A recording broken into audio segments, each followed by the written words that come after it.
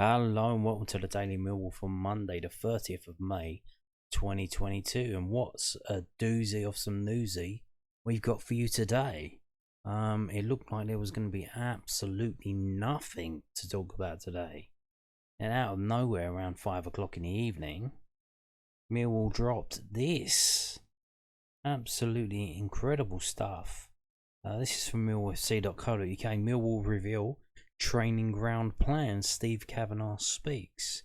And there's a video there. I'm not going to play it on here, but if you go to that website and click on it and have a listen yourself. Millwall Football Club is delighted to reveal plans for its proposed new training ground in West Kingsdown to supporters for the first time. An overview of the club's entire vision for the site, including design images, layout, the benefits for the local community, the proposed timeline, and more, can be viewed by clicking here. And if you click there, what you get is they've set up a separate URL and a website called milltraininground.co.uk, I believe, and it's all there. So the move into Kent will see the first team and academy training operations combined on one site and also become the new home for much of the club's office and support staff. In recent months, the club has liaised extensively with local residents and the wider community of West Kingsdown and aims to submit its formal planning application by the end of June. Real Chief Executive Steve Kavanagh discusses all of the above and much more in the linked interview, and you can actually watch that. It's not on recast, it's just on the embedded in the site. And this has been very popular. It's got 9,300 views. Absolutely amazing stuff. Millwall fans clamouring to see what is happening. Well, let's have a look. What is happening? This is a little brochure that they put together. Welcome to our public exhibition. This exhibition will outline our vision and plans for a new training ground in West Kingsdown, as well as the benefits and proposals we'll bring to the local area and district. Give members of the community an opportunity to review the plans and speak to the team, to ask any questions, invite the community to provide feedback. And there you go. Let's just get in focus. And there's some spill there. Millwall have Premier League ambitions and are now seeking to find a new long-term home to consolidate and upgrade its training facilities, as well as extend their club's community activity. There's a timeline what's happening to Millwall over the years. The Lions reached the final of the FA Cup where they play Man United. Indeed, what a day that was. So the Millwall Community Trust.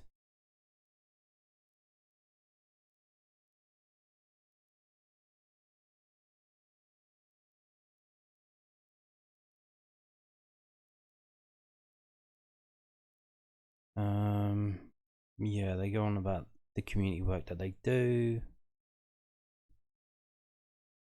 This is talking about the Millwall Community Trust and what they do. Because they're going to be extending that to the Seven Oaks area, and they're actually trying to employ someone to run it down there right now. Actually, and they put the job advert out.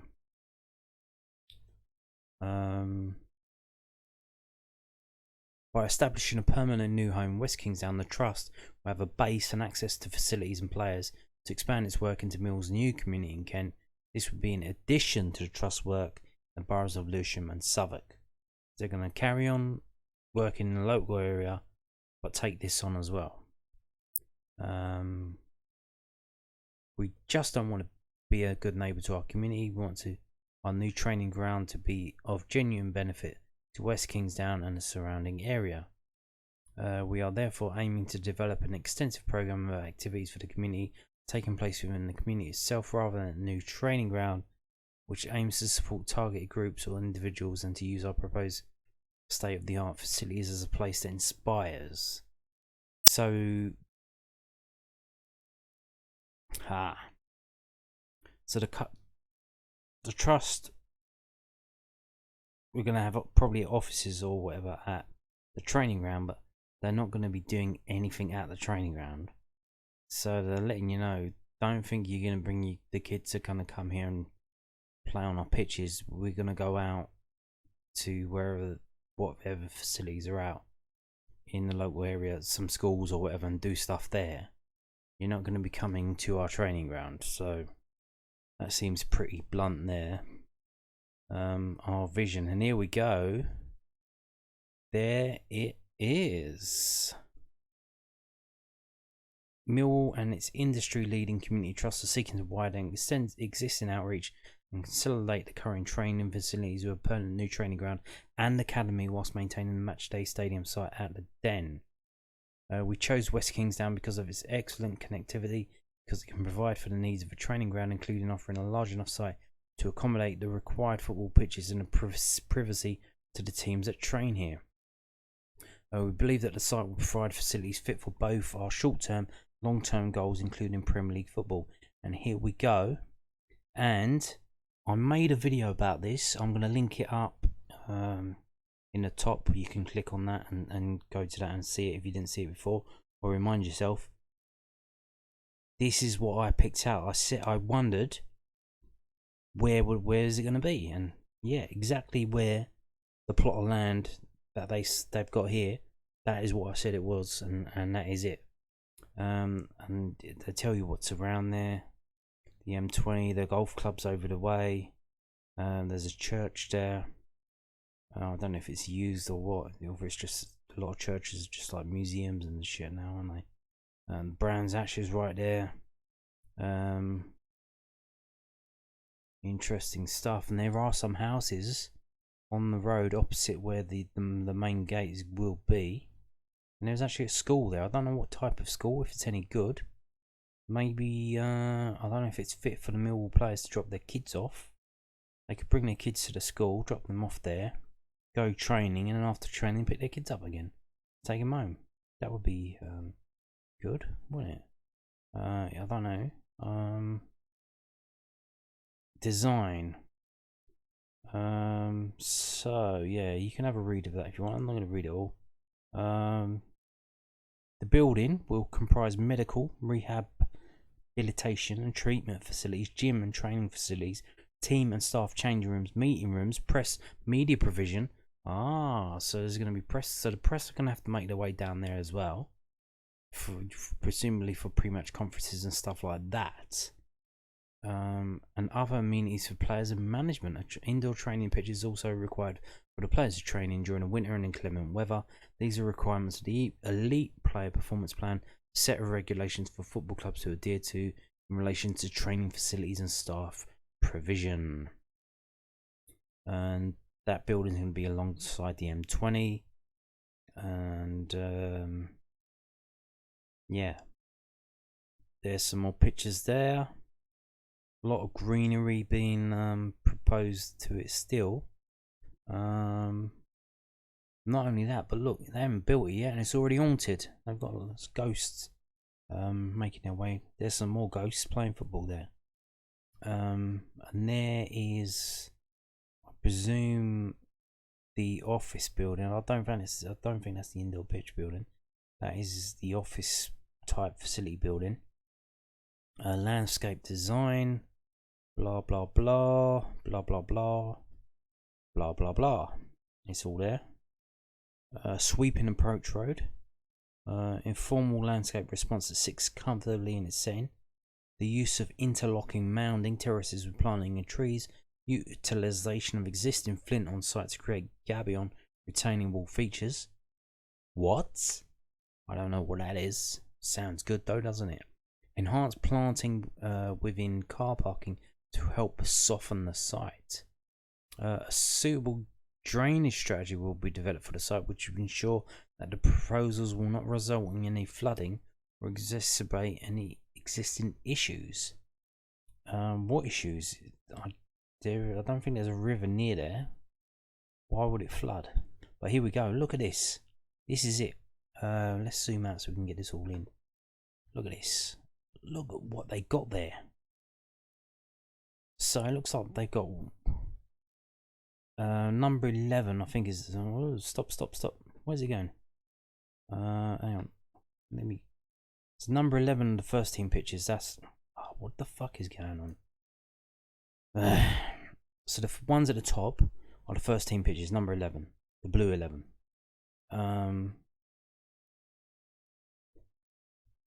So what you got there? You got 3 first team pitches. The grey building, the grey square. That's the grey building. That's the indoor pitch, and that's alongside the motorway there. Number 9 is the office buildings, I think. Yeah, the main building. Number 10 is the kitchen garden. So they're going to be growing. What can they grow there? Like, that's not a lot of space. So I imagine it's just herbs and shit. Maybe some fruit trees. I don't know. Number 1 is the entrance gateway. So they're moving the entrance. I think the current entrance is where the number 4 is, where the houses are, and they're moving it up away to where the back road, that little the road there opposite number 1 is the back entrance to Brands Hatch. It's like a service entrance. So they're moving it up there away from the houses. Entrance water feature. So yeah, they've got ponds as well. If you look at the top, number 7, that's a pond or something. Number 3 is like a water feature as you come in. Number 7 is a pond as well. In the southeast corner. That looks like it's I don't know if that's for like watering the pitches, if they're collecting water so they can use that water to water the pitches, or what the fuck's going on there. It says attenuation ponds. I have no idea what attenuation means, but I don't know. What else have we got? Number 9 is the main building. So the brown things in the middle, that looks like the main building where the offices and that be. Number 5, the kind of brown areas, yellowy brown area, that is apparently car parking. It's for 150. Was it 150? I think they said 150. I can't believe that they can get 150 cars in that area, but apparently, I think we'll read later it is. But if you look at the top as well, where the pitches are, first team pitches, so they got 1, 2, 3 first team pitches, and then it looks like they got like just an 18-yard box with a goal area marked out on it. So is that for like goalkeeper training, shooting training? Interesting. They've got one there, and then they've got one down in the south as well. Southeast, they got just a little goalkeeper area for training. They've got you've got the first team pitches, 3 full-size pitches. Which, why would the first team need 3 full-size pitches? Interestingly, no, it doesn't look like there's any like area to watch any of the games, like a small grandstand, some seating or something like that. So it doesn't look like they're going to be hosting under 23 games here for a public viewing. Maybe they will, maybe you have to stand on the side. I don't know. But if you go down to the bottom where it says 12, all of these are the junior pitches. Now they're all pretty close together. Will they be playing official games there? Will they be playing academy, under 18, under 16, that type of thing on there? And what happens? How do you play 2 games at once if they're side by side? Surely the ball will come over from one to the other, and you can't have that really. I don't know about that. They've got, so for the junior pitches, looks like they've got 1, 2, 3, 4 full-size pitches, and then 1 kind of half-size pitch, and then it looks like maybe 4 5-a-side pitches, a lot smaller pitches, and then again, what looks like just a goalkeeping area, 18-yard box, 6-yard box, penalty D, and a goal area to, I presume, practice goalkeeping or shooting practice or something like that. It's all very interesting. I don't know, it does look impressive to me. Now, I'm not currently involved in football. I'm not involved in any of that stuff in terms of like amateur team, junior team, or any of that stuff. But this does look impressive to me. What do you think? Is this impressive to you? So yeah, I think we've gone through all of that. So let's keep scrolling down. Access. The site is well connected by road with the M20, A20 and M25 was an easy reach. The nearest train station, Eynsford, is located approximately 3 miles away, and with Swanley train station also located around 6 miles from the site. The main access into the site will be from Falcombe Road. Access will only be for players and staff members and will not be accessible for fans or members of the general public. So that, there was like a local comment, oh, we don't want a load of Millwall fans in the village and all that. So that's why they're putting these things in. Yeah, Millwall fans won't be going to this. So it looks like, yeah, if they do have under 23 games here, fans probably won't be allowed in to watch it. Generally, it looks like that's the way it's going to be. So parking. Here's the parking thing. Look, the new training ground will provide approximately 150 permanent car parking spaces with space for an additional 50 in case of overspill. 200 car parking spaces apparently on this bit of land here. Just the in the middle, the yellow bits. Really? That's enough space for 200? That's a lot, huh? I mean, they're going to be cramming it in. But they've just said now, so they can't. They've said, now maybe they're saying this to get it through the planning. But, like, in terms of, like, park and ride and shit like that. Or renting out the car parking spaces for people to use and making some money from that. They've just said general public's not going to be allowed in. So, obviously, that's not going to be allowed for that. The site is a place of work and education, and as such, the majority of journeys to the site will be staff and players coming to spend the entire day rather than the site generating multiple trips and traffic throughout the day.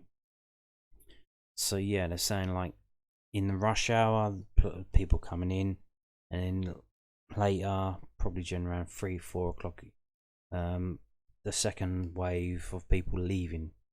It's just like a normal traffic as it is. You got your morning rush hour, which is the worst probably, because it's pretty concentrated, and then later on it gets worse when like the schools go out, and then but it's generally pretty spread around depending on when people leave work, whether they leave at 4, 5, 6 or whenever, you know. Some they spread it out, that kind of thing. And here is a map of the roads and the walkways. So the orange is the roadway. Oh, hang on, there's a key underneath. So yellow is the car parking. Orange is the roadway. Pink is the footpaths. So they're saying there's gonna, what's a triangle? Public right of way. Ah, okay. So what does that mean? Public right of way. So a what? Huh? So someone can just walk onto the land like a ancient footpath, shit like that. Or they're gonna try and get rid of that? That's, or is that just they're talking about the road, the pavement that goes along the road? I don't know. Secondary site access point. So yeah. What is here? What? Overspill car parking is the what would you call that? Indigo? I don't know. And then the green dots are footpaths going around the pitches, obviously. There you go. Moving on, sustainability. We have worked hard to create the most efficient and flexible plans for the new training ground in West Kingsdown with an emphasis on sustainability. Yes, the new training ground is an excellent opportunity to implement the ambition of the club's sustainability strategy, which can help Sevenoaks achieve net zero by 2030. Well, I hope not, because what does net zero mean? We can have net zero tomorrow. Let's just let the Americans and the Russians throw nukes at each other. We'll have net zero and have it right away. Specific considerations for the proposed training and academy facility include solar, biodiversity net gain, what? Landscape conservation and local materials, what? Electric vehicle charging, natural ventilation, low energy lighting, water conservation, recycling, and renewable technologies. Low energy lighting. Now, what is that going to be? Is that going to be lighting where you can't really see what the fuck's going on? Or is it going to be the kind of lighting that I've started to see at train stations now? Is there's lighting, but if you don't move for a while, it goes dim. And then when you move, it picks you in, it motion detects you, and then it bloody goes all bright again. It's going to be like that. A water conservation now, that's what I see. Is that they seem to be putting in some ponds, and what's that for? Like I said, to water the pitches, or what's happening there with that? It's all very weird. With recycling and renewable technologies, okay, whatever. There is a close-up of the building, the office buildings and whatnot, and it looks like there's an outdoor gym there with some equipment, some what do you call them? Bicycles? What do you call them? Fucking, I forgot what you call them. Exercise bikes. And a rowing machine out in the sun, which is good. Get some of that vitamin D3 on you while you're working out. Nice stuff. There's another shot of the buildings there. Cool stuff. Kind of looks like a barn, doesn't it?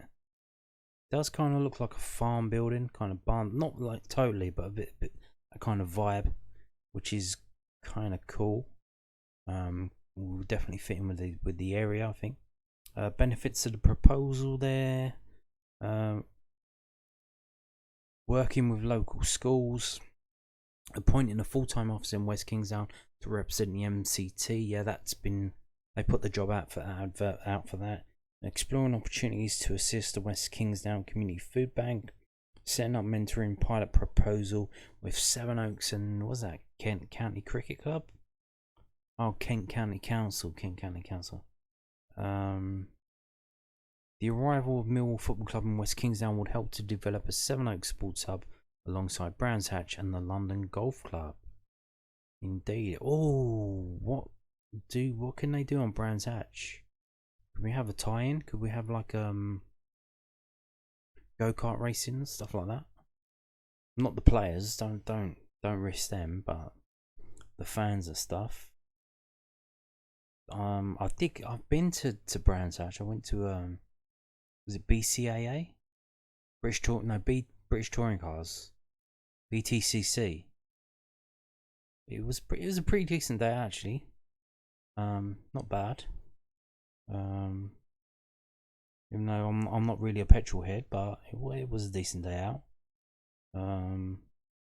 So here we go, more blurb and stuff. Protecting the ancient woodland. Next steps and feedback is what's going on. Target submission, that's coming up. They said by the end of June they're going to have the planning application in. Decision date, hopefully we'll have it by autumn, and then they're going to start building it next summer. Obviously waiting for the winter weather to go away, and then by summer next year start to build it, and then get it open next autumn. So interesting stuff there. So have your say, and yes, we'll get onto that. Have your say. We'll get onto that later. I want to show you this. They're obviously playing up the community trust angle there, but they've already said they're going to carry on working in Lewisham and Southwark, and they're going to open up another one in Sevenoaks area and do work there as well. The one thing I haven't mentioned, so they did say they wanted to consolidate their training grounds, the academy and the first team at one base. which right now, obviously we've got a training ground at Calmont Road in Bromley, and we've got there's another place in Eltham where all the age groups train and stuff. So what's going to happen now then? Is that they're going to get rid of the Eltham one as well and move all the kids down there? It's a bit of a trek from travelling to Eltham to travelling to West Kingsdown. How are they going to manage that? And where are they going to get the local kids to join the youth teams? From what area? Are they still going to get kids coming from Lewisham, Southwark, joining up in Millwall's underage teams and playing for Millwall? Or are they going to try and get them from the North Kent area and stuff, from Dartford? You got Dartford, Sevenoaks, you got Orpington nearby. You even got like Alsford, Mepham, Swanley, St Mary Cray. There's a lot of places nearby where I imagine they could get some youngsters from. And what is that going to mean? What is that going to mean? I mean, it basically means you're going to have to drive to West Kingsdown. You could get the train there, but then literally it is a hell of a trek from Eynsford Station to that training ground. So you're probably going to have to get a lift or get picked up from the station to the training ground and back again. Is that... Are they abandoning in the London players for the youth team? Are they gonna be doing that? Is that going to be of benefit to us? Now, don't know what's happening. We don't know what's happening, but they said they wanted to consolidate both sites, but they didn't mention the Elton one. That they haven't mentioned that. Yeah, let's move on to have your say now. There is a feedback form on this website. The website's name is millwalltrainingground.co.uk, and that's the website they created. There is a form to fill in where you can provide comments on a number of things: on the design, on the landscape, on the access and parking, on the sustainability measures, benefits to West Kingsdown, Millwall Community Trust in West Kingsdown, and any other comments. So I would say if you got a spare bit of time, fill that in, send that off, especially if you live in West Kingsdown or the nearby area. I see on Twitter some Millwall fans was saying like, 5 minutes from my house, 5-minute walk for me, not bad. If you live in that area and you're a Millwall fan, fill this in and have your say. Put some positive spin on it if you feel that way, if you can, because it's definitely going to help speed up the planning process.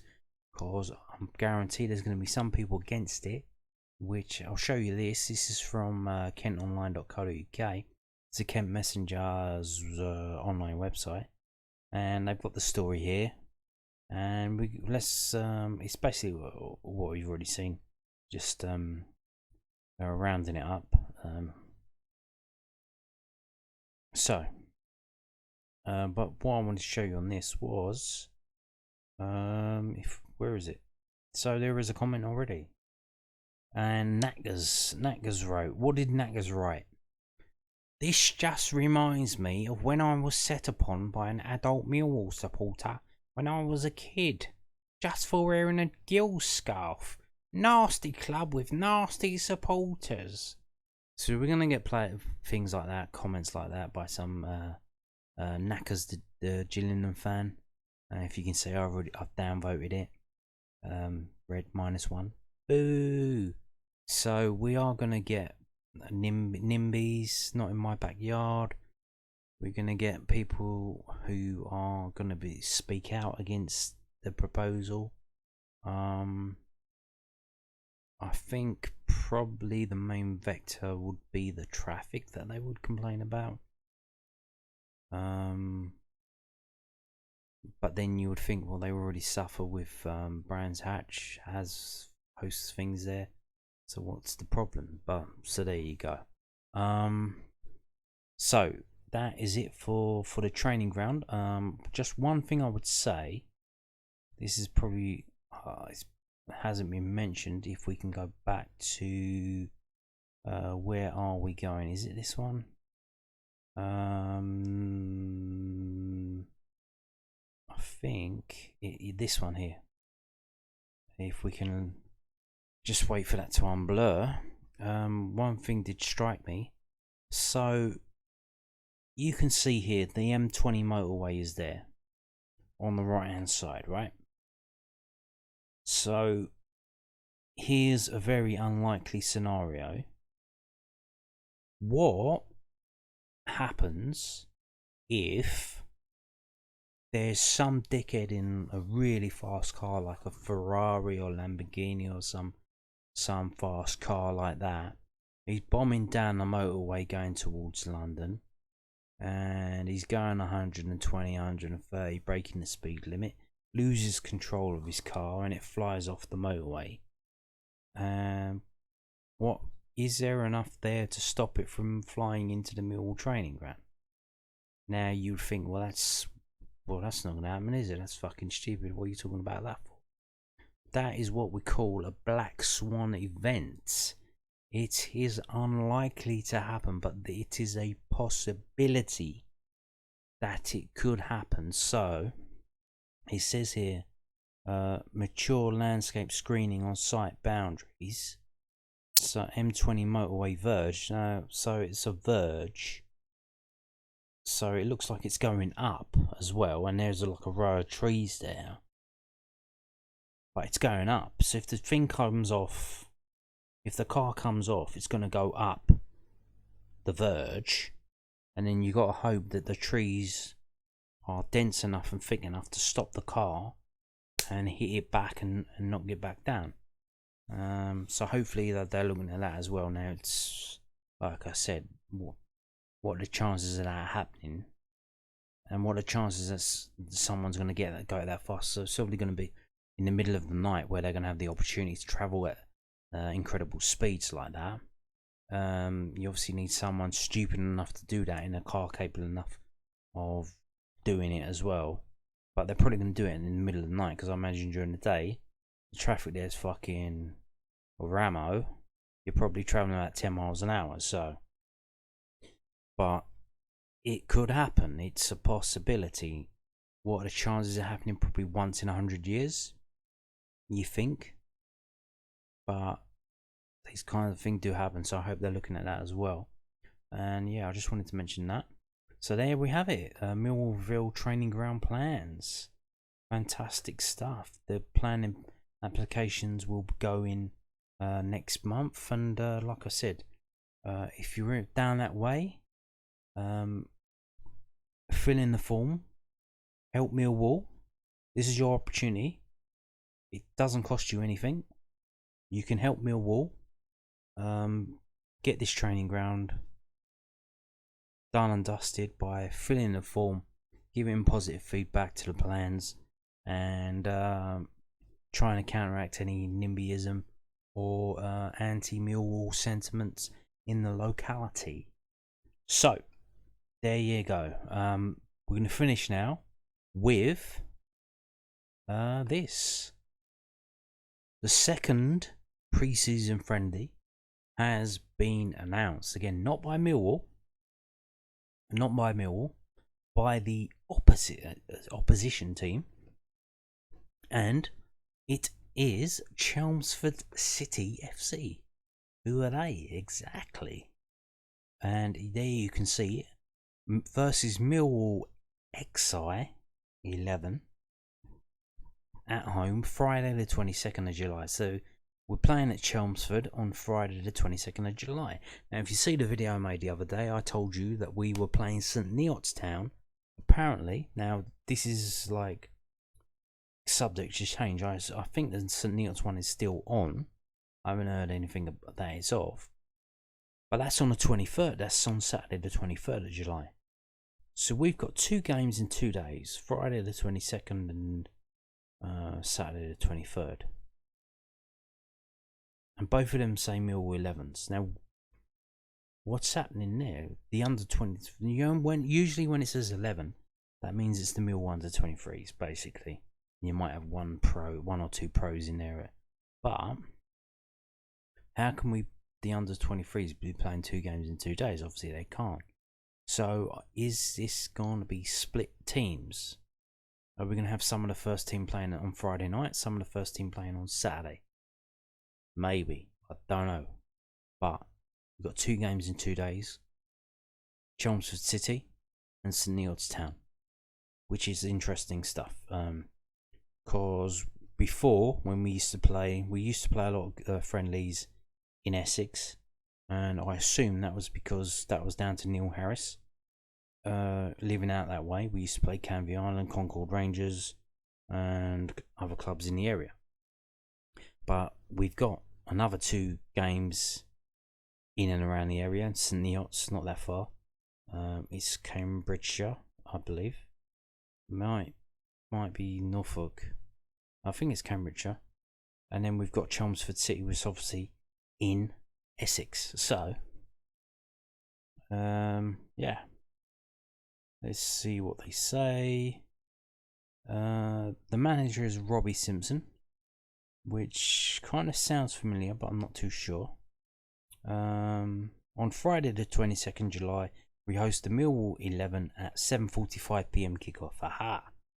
Gary Rout's men finished just outside the Sky Bet Championship playoffs last season, so it would be a tough test for Robbie Simpson's men.